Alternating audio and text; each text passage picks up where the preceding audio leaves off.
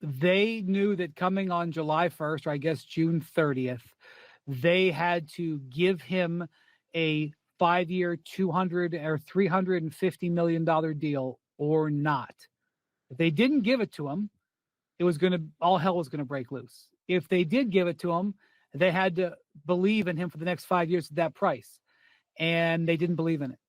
And that decision is the core of all of this. As far as I know, now maybe there'll be new information that'll come out, but as far as I know, they basically decided they didn't want to give him that deal.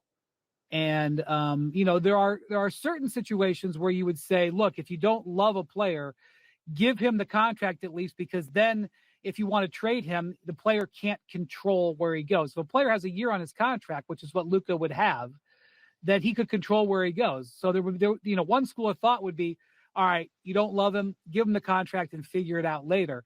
But they not only made that decision, they made the decision that they wanted to do something now and to deal with it this season. I don't know, but I suspect the reason is because Kyrie Irving is in his, early to mid 30s. They don't want to do something that is going to detract from that. Not only that, Kyrie Irving can be a free agent this summer, and they wouldn't want to have to deal with both situations. So I do think the core of it was they didn't want to pay him the $350. They live in a world where they see Joel Embiid on this humongous contract that now is becoming a potential problem for the 76ers. They kind of wanted to avoid that.